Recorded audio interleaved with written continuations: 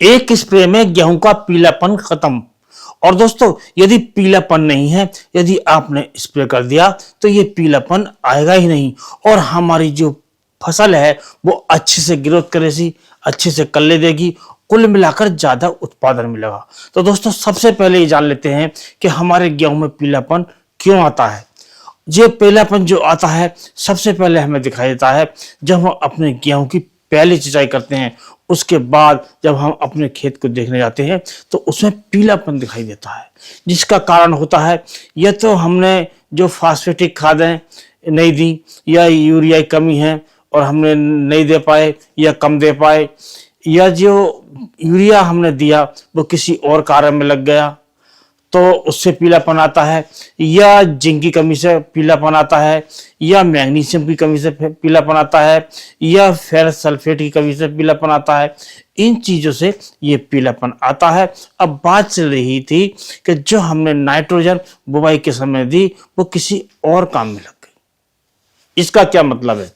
तो दोस्तों, जब हम नाइट्रोजन हम देते हैं, जो या तो हम डीएपी से देते हैं या एनपीके 12-32-16 से देते हैं, या एनपीके के जो दूसरे ग्रेड होते हैं उनसे पूर्ति करते हैं, या सिंगल सुपर फास्फेट और यूरिया के साथ हम बुवाई करते हैं तो उससे हमें नाइट्रोजन मिलती है। लेकिन दोस्तों, जब हम डीएपी देते हैं या एनपीके 12-32-16 देते हैं तो उसके साथ हमें यूरिया का प्रयोग अवश्य करना चाहिए। क्योंकि दोस्तों, जो हम यूरिया देते हैं, जो नाइट्रोजन देते हैं, जो हम डीएपी से या एनपीके 12-32-16 से, वो हमारे जो फसल होती है, जो पिछली फसल होती है, उसके जो अवशेष रह जाते हैं जमीन में, उन्हें गलाने में खर्च हो जाती है। क्योंकि दोस्तों, जो नाइट्रोजन होती है, जो यूरिया होता है, जो हमारी फसल के जो डंठल होते हैं, पुराने अवशेष होते हैं, पुरानी जड़ें होती हैं, उनको गलाने में काम करती है। और जो यूरिया, जो नाइट्रोजन हमने प्राप्त की डीएपी से या एनपीके 12-32-16 से, वो तो उनको गलाने में खर्च हो गई। अब जब हमारा गेहूं उगकर तैयार होता है, जब उसे पहला पानी लगता है तो उसमें यूरिया की कमी आ जाती है। और उसकी पहचान क्या है?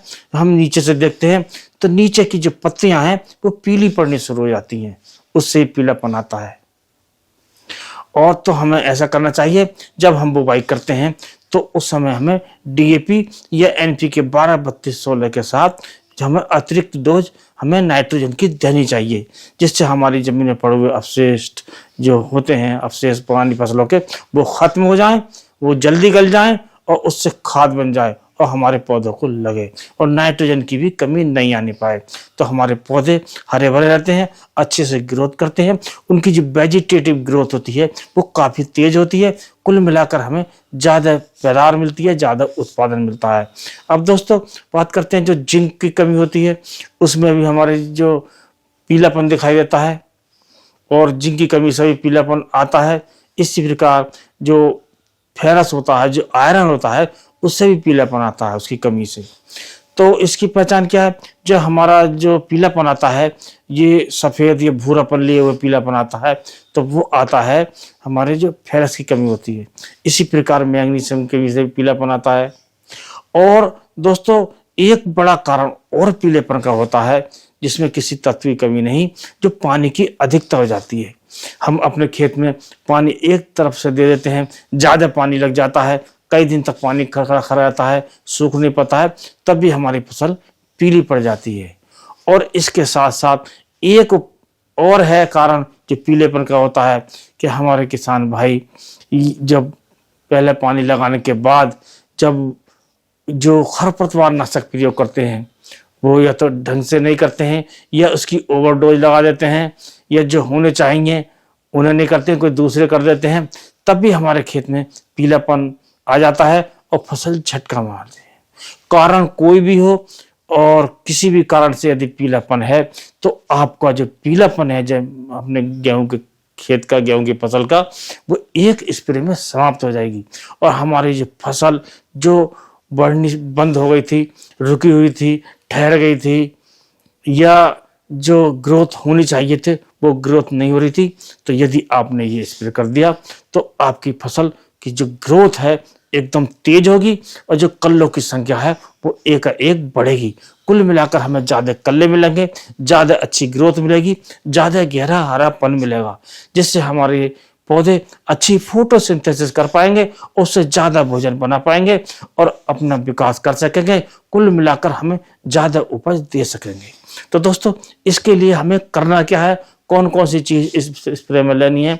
तो सबसे पहले आपको लेना है जो 200 लीटर पानी। 200 लीटर पानी में आपको इन चीज़ों का घोल बनाना है और उसके लिए जो आपको जो लेना है वो लेना है आपको 1 किलो यूरिया। ये जो मात्रा हम आपको बता रहे हैं प्रति एकड़ की बता रहे हैं, तो प्रति एकड़ 1 किलो यूरिया लेना है और आधा किलो लेनी है आपको जिंक सल्फेट और आधा किलो लेना है आपको फेरस सल्फेट और आधा किलो लेना है आपको मैग्नीशियम सल्फेट। इनको आप बारी बारी से एक बाल्टी में घोलकर थोड़े पानी में और उस ज़्यादा पानी में मिलाते रहिए और स्प्रे करते रहिए। तो इस प्रकार आप स्प्रे करेंगे तो आपकी फसल एकाएक अच्छी ग्रोथ करेगी, अच्छी ग्रोथ में फसल आएगी, अच्छे कलर में आएगी और जब अच्छी ग्रोथ मिलेगी तो हमारे पौधे देखने लायक होंगे। और आपको सबसे लास्ट में डालना है आपको चूने का पानी। चूने का पानी किस प्रकार बनाना है? चूने का पानी आपको बनाना है तो आधा किलो आपको लेना है चूना, जो से हम जो चूना करते थे पहले, जो दीवारों की पुताई करते थे, वो कच्चा चूना लेना है, उसे पानी में भिगो देना है। जब वो ठंडा हो जाए, एक दिन पहले भिगो दें तो ज़्यादा अच्छा है, तो रात बीच में वो ठंडा हो जाएगा। उसके बाद जो ऊपर का पानी होता है उसे निकाल लें, उसे छान लें और उसमें सबसे बाद में इस पानी को ही इस घोल में मिलाएं, जिससे आपका जो स्प्रे होगा बहुत शानदार होगा और आपको जो रिजल्ट मिलेंगे वो देखने लायक मिलेंगे। इससे आपके जो खेत में नाइट्रोजन की पूर्ति हो जाएगी, जिंक की पूर्ति हो जाएगी, आयरन यानी लोहे की पूर्ति हो जाएगी, मैग्नीशियम की पूर्ति हो जाएगी, सारे तत्व जो आवश्यकता होती है उनकी पूर्ति हो जाएगी और चूने के पानी से आपके खेत को थोड़ा कैल्शियम भी मिलेगा, जिससे जो फसल हमारी संभल जाएगी। यदि हमारी फसल बैठी हुई है, हमारी फसल रुकी हुई है, तो सभी प्रकार की जो फसल है, जो माइनस पॉइंट है उसके सब दूर हो जाएंगे और हमारी फसल अच्छे से ग्रो करने लगी। कुल मिलाकर हमारे जो कल्ले होंगे वो ज़्यादा होंगे, पत्तियां चौड़ी होंगी, पत्तियों का जो रंग होगा वो गहरा हरा होगा और कुल मिलाकर जो हमें उत्पादन मिलेगा वो ज़्यादा मिलेगा। और दोस्तों, इसके साथ साथ और ही बातों का हमें ध्यान रखना चाहिए कि हम समय पर सिंचाई करें, समय पर जो खरपतवार हैं उन्हें नष्ट करें, या जो कोई कीट लगता है, कोई फंगस लगता है, उसे भी हम अपने जो दवाएं लगाकर उन्हें ठीक करें, उनका ट्रीटमेंट करें, तो हमारी जो फसल होगी वो शानदार होगी और क्वालिटी भी शानदार होगी। इस प्रकार आप ज़्यादा उत्पादन ले सकते हैं। तो दोस्तों, आज के वीडियो में बस इतना ही। अगले वीडियो में नए टॉपिक के साथ फिर मिलते हैं। तब तक के लिए नमस्कार।